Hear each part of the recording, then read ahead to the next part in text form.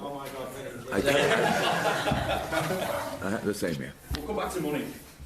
Obviously, the transfer window is shut, and Liverpool have spent the most money. Outside the club, that seems to have led to an attitude that Liverpool have to deliver this season. How do your own expectations compare with that?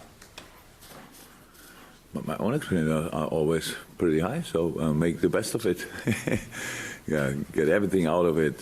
Try really to reach the highest and all that stuff. That's always my expectations. It didn't work all the time out, but it's good.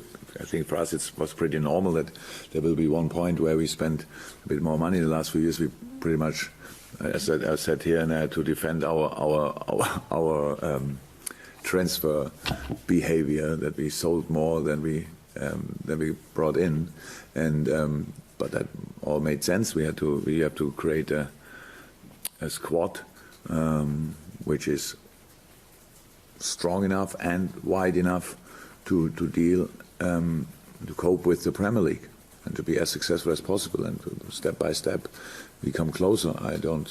But if we are now, people ask me that already, if it's the best squad I've ever had or whatever. I don't think about that, because it's not about what we have now. It's about what we make of it. How often we deliver, how often we bring ourselves in a mood to fight against all these Premier League teams. They all want to have our points, so that means we have to be ready to fight, and that's it. Obviously, Danny Ings left yesterday. Your thoughts on his move, and also, do you expect any more departures before the window closes elsewhere? Yeah, Danny, what a fantastic person, fantastic professional. We miss him already, to be honest. It's not that somebody was in a building who opened the door for him and said, "So here's the exit." So it was rather the other way around. A lot of people were still hoping yesterday that maybe something could avoid that transfer, but it's completely normal. Things have to go on. And we will. He has friends here, and will ever have friends here, so that's cool. He's now going back to his home club where all the way started, if you want, and so that's nice for him. I know he's happy about that. It's cool. He's fully fit. He's in a good shape. How everybody could see after in the last game against Torino, the 45 minutes he played. It was not Danny Ings at its best, because nobody knows exactly what that will be, but he showed that he's really in a good shape and a good way. So that's nice for him and for Southampton. Any more? Yes. It's the transfer window is only one way is closed pretty much, so we cannot buy or sell. Or we cannot buy anymore, but we can only sell not sell anymore in England, in the Premier League, I think, and so. That's the case, but it's clear that few things will happen. And squad-wise, how are you looking for this game against West Ham? I'm thinking the England lads, Jordan and Trent, are they ready for Premier League action? Dejan Lovren as well. And Fabinho, is he okay? Has he had a niggle, did he? Well, his scan was clear. I heard that you all know that he had a scan, so that's maybe at one point we can change that as well. I don't know exactly how. Fancy dresses for the players or whatever, bring them in there, because it was only a checkup. His scan was clear, then he came, but he felt ill. Then when he came back, so we sent him home again. I don't know what happened in the scan, but no, obviously he was not feeling really well, so we sent him home again, and I didn't see him so far, and I didn't ask anybody. We will see. That's that part. What was the other question? Oh. The England lads, and obviously Dejan after coming back from the World Cup. So. Yeah. Yeah, we will see. They're all in a different shape, if you want. Trent a bit longer in, which is good. Hendo in and full of power, but not too long in. For now, 3-4 days or whatever. But it's Hendo, so you always think about him. And Dejan is will not be available for the weekend. I mean, that's how it is. Anything else? No, but we'll see. We have a few. We have not big issues, but these little things where we have to think about: do we take is it a risk or not? And if it's a risk, do we take it or not? And all that stuff. So at the end, we will have. I'm pretty sure we'll have a fantastic football team on the pitch, and hopefully.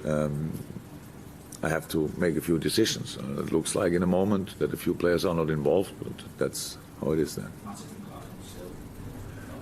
Ragnar, no real chance. Didn't train. Joel did yesterday parts of training. We will see how it, like Joe did. So we will see how they are today. We spoke about money there and the amount that we spent. West Ham have spent a good deal as well. It's not always a guarantee of success though. So what difference does adding Manuel Pellegrini to that equation make? Yeah, one of the very, very successful managers on this planet. So he knows how football goes. So it's a really good tactician, a really good coach. So that changed, I think, a few things. It's quite difficult if you have the old team to change everything. But if you can bring in new players with, maybe they already know about your ideas, whatever, that change. And if you go through the team of West Ham, it's a completely different team, or could be a completely different team. It can be Arnautovic on 9, Yarmolenko right, Anderson left.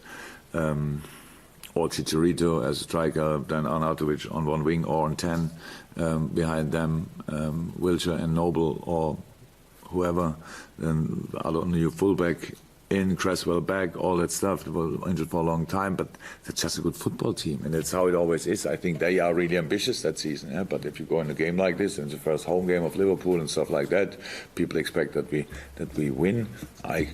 We expect the same, but we know that between now and then there are 95 brutal minutes, and you have to be ready for that, and that's how it is. But it's easy not to underestimate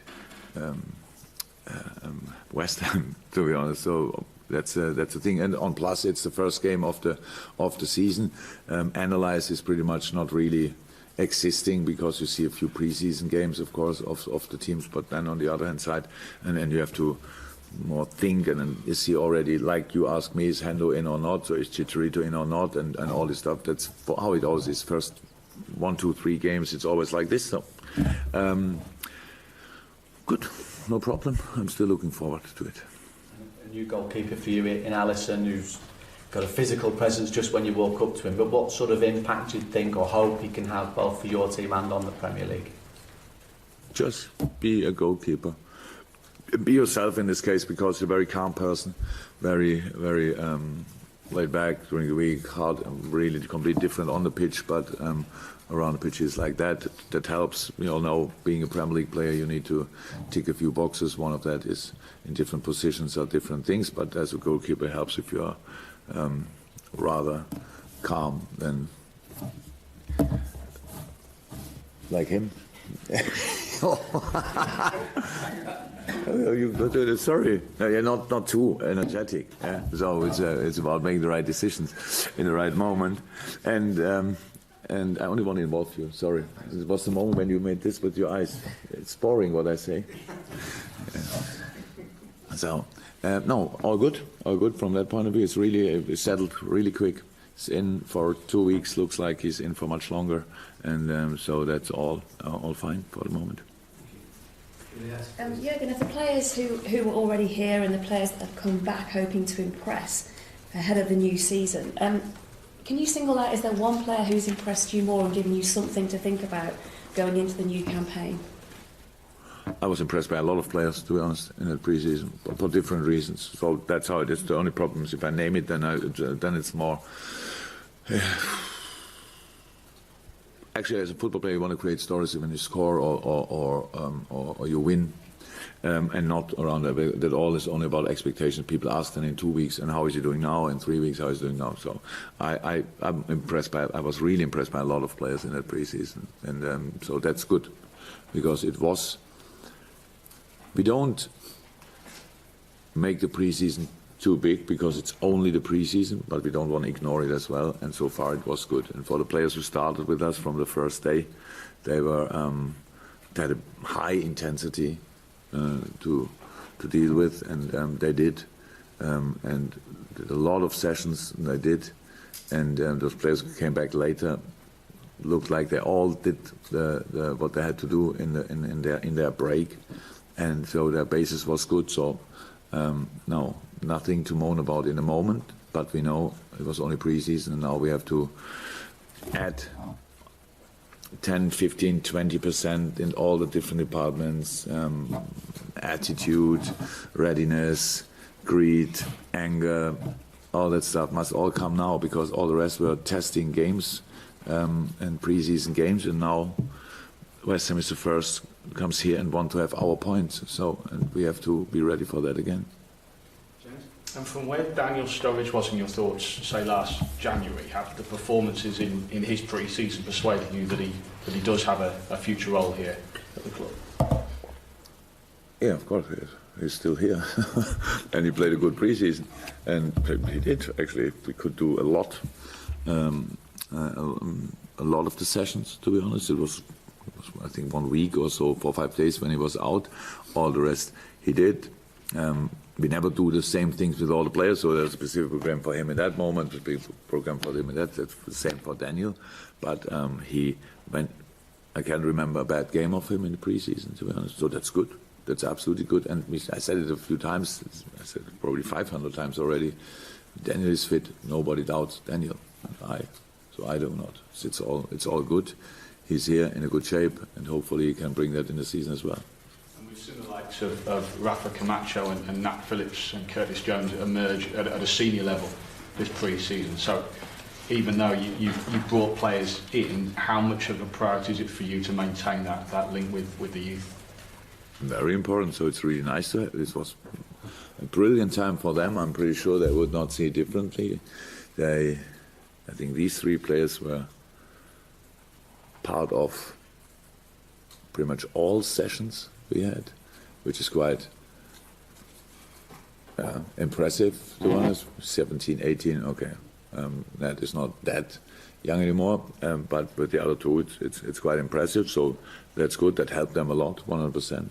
But now it's about dealing with it. It's not about having a good pre-season and all that stuff, but we are close, so they know what we expect, and that we really care about them and try to help them, and then at one point we want to have them in the team. That's how it is.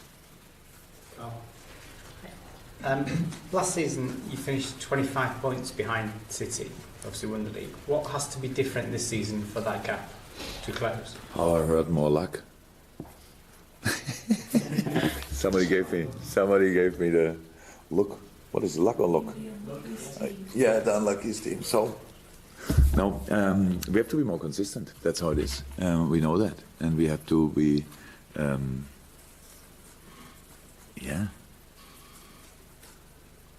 more clinical in the right moments. We have to be more aggressive in the right moments. There's a lot of things. We can improve everything. We can improve our offensive play. We can improve our defensive play. That's all what we have to do. But again, you all ask me about the gap against for City. What do we have to do? It's had nothing to do with City. City had 3 points from us, and we had 3 points from them. So that's it. We lost them in other games. So win all of them, and it's good. But it's pretty difficult to do so. So because there are not only the other big 6 or whatever. It's if you see what happens around, if you see how Wolverhampton acts, how Fulham acts, how Everton acts, how a lot of clubs, I don't want to forget anybody, but how they act, they have all ambitious. And when we can't go there, and only because we are Liverpool, we win the game there. That's all really difficult. But it's not only difficult for us; it's difficult for the other teams as well. So, and that's all. I don't think too much about it. What do we have to do in general? I thought about it actually for the pre-season, but now we have to be in this championship mode. We have to come in a championship mode that we really.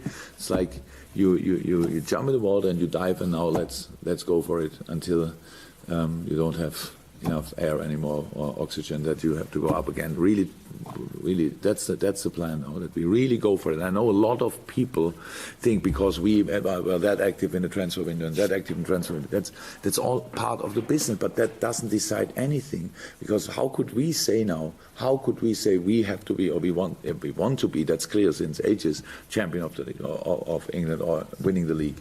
But how could we say that? What about United? What about the other clubs? We are still, the champion is Manchester City. They didn't lose any player. They brought in Mahrez. So that doesn't make them weaker. Who saw the game against Chelsea? That was impressive from both sides. Chelsea was in good shape, obviously, after a rather difficult pre-season, I would say, and City as well. So they have top quality.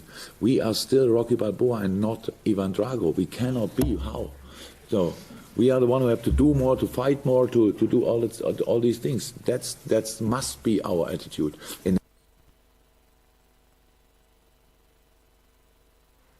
The moment where you only can sway your own, but you start disappointing yourself and the people around again. Why should we do that? Come on, boys. But that's again the moment where you only can sway your own, but you start disappointing yourself and the people around again. Why should we do that? We didn't reach anything so far. We were in finals. Yes.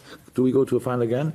We should try to win it this time. And in the league, it's exactly the same. We came to the Champions League. That was a success, but there was still only to improve. Without getting champion, we have two places, 3 and 2. Would be better than 4. So that's how it is. And then we can talk. But in the moment, it's nothing. It's like scientists without trying if it really works. We have to be like Rocky. Jurgen, just on that luck study, I take it you weren't surprised by the results, and do you believe you're due for better fortune this time around? What again? The luck study found you were the unluckiest team in the Premier League last season. I take it you weren't surprised by those results? Oh, I was surprised about the numbers, of course. At 12 points, I'm not sure that I would have thought that, but it felt in a lot of moments last season a bit like that, to be honest. After the season, we didn't care. We didn't think a second about it anymore. It was in the moment where I thought, what's that? But yeah, that's nobody gives you anything back in life for that. So it's kind of not even sure.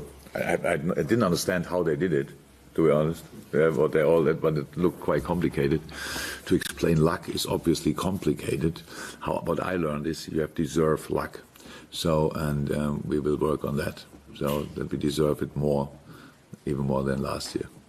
Yeah, anything from you? And the final one is from RTL, and it's a bit